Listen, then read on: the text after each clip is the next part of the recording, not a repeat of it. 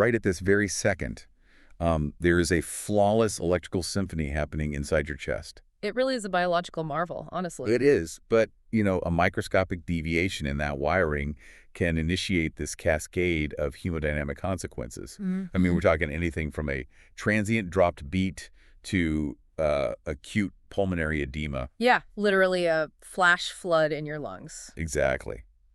So today, we are doing a deep dive into the specific mechanisms behind these deviations. We're stepping into the high-stakes clinical environment of telemetry, trying to decode the exact electrical language of the human heart, and, looking at the intense vigilance required of the professionals who watch it. Right. And the clinical literature we've gathered for this deep dive covers a pretty broad spectrum. Oh, totally.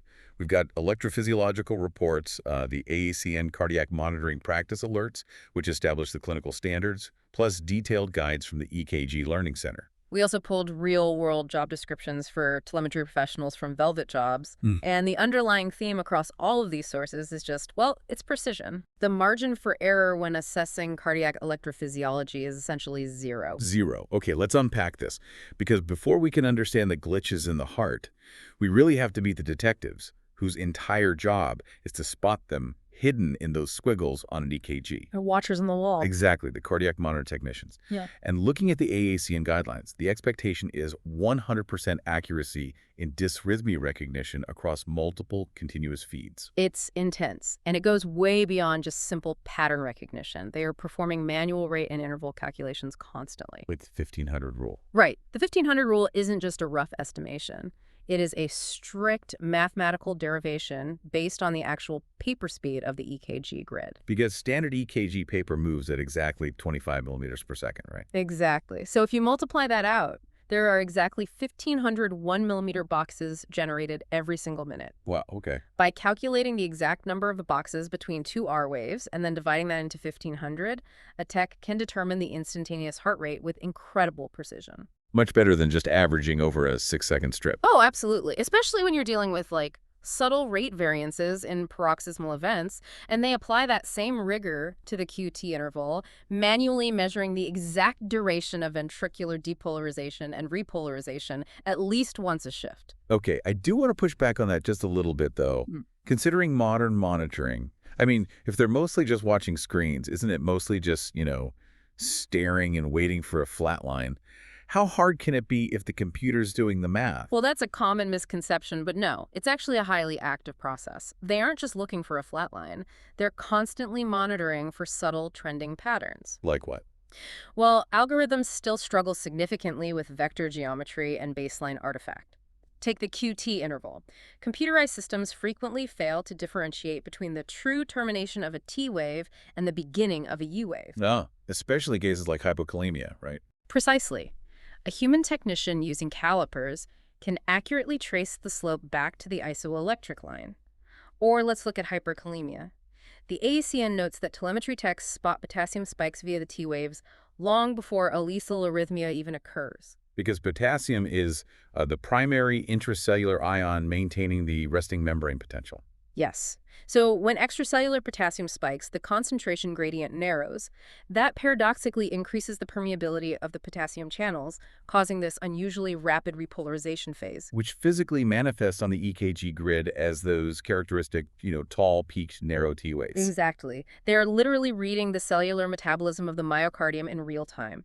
And further, the AACN strictly mandates daily electrode changes with proper skin friction rubs. Which seems tedious. It sounds it, but if a technician misplaces a precordial lead, like V1 or V2, by even a single intercostal space, just one, they fundamentally alter the 3D vector intersection plane. The camera angle shifts entirely. Exactly.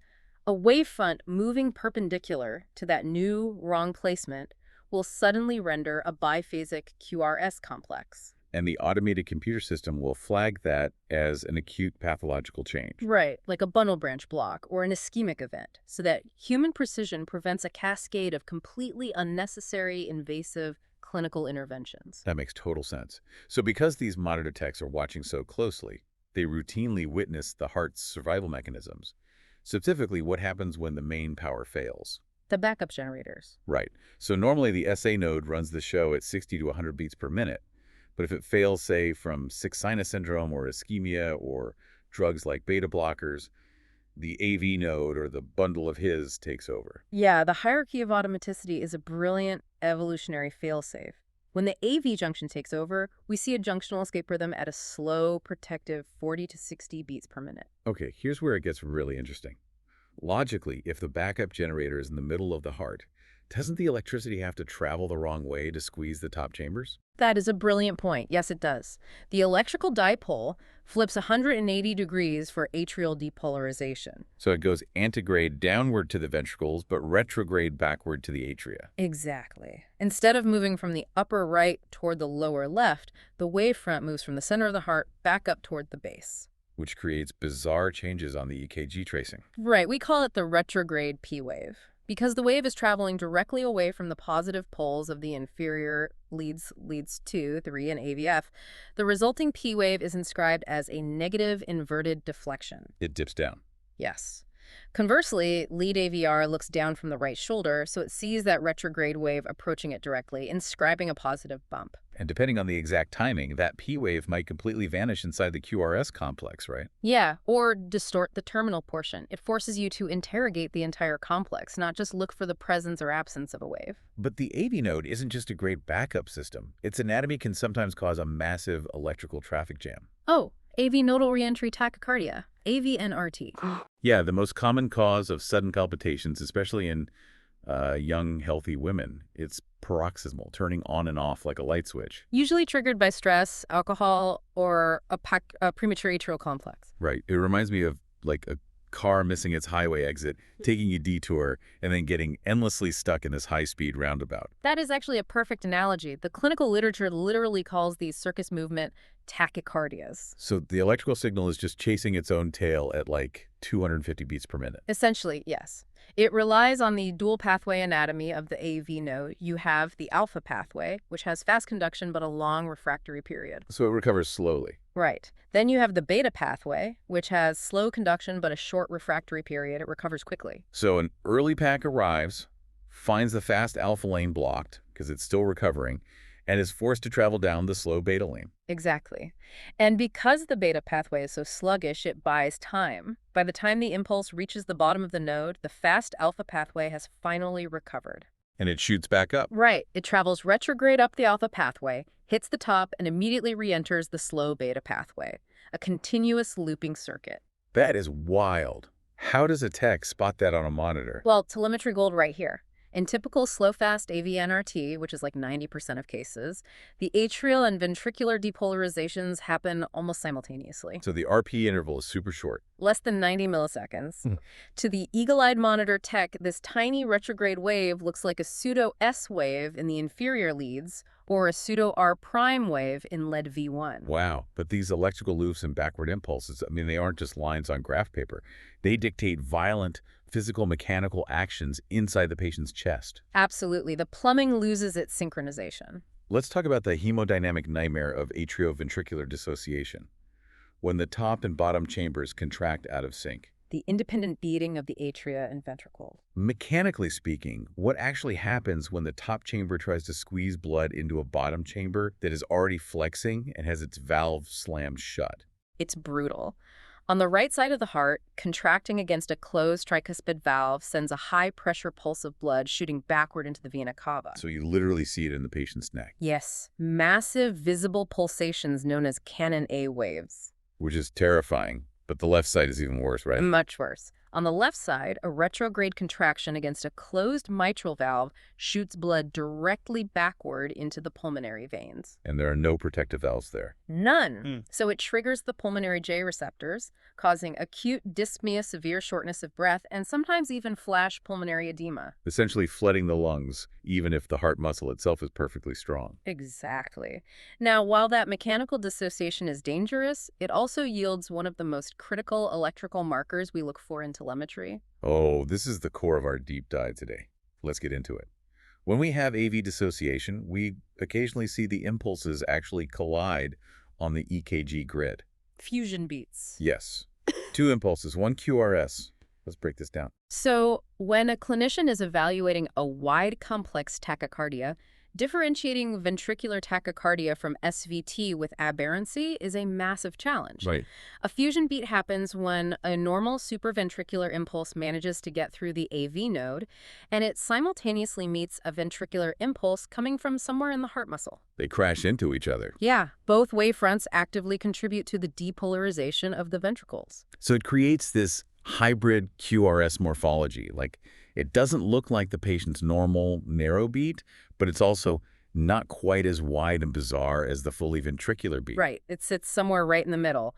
And the morphology can vary wildly depending on how much of the ventricles each impulse activates. So if the normal impulse gets down there faster, it might look almost normal. Exactly. Now, we have to distinguish fusion beats from capture beats here. Right. What's the memory aid for this? Capture equals one impulse wins. Fusion equals both impulses contribute. Capture is one wins.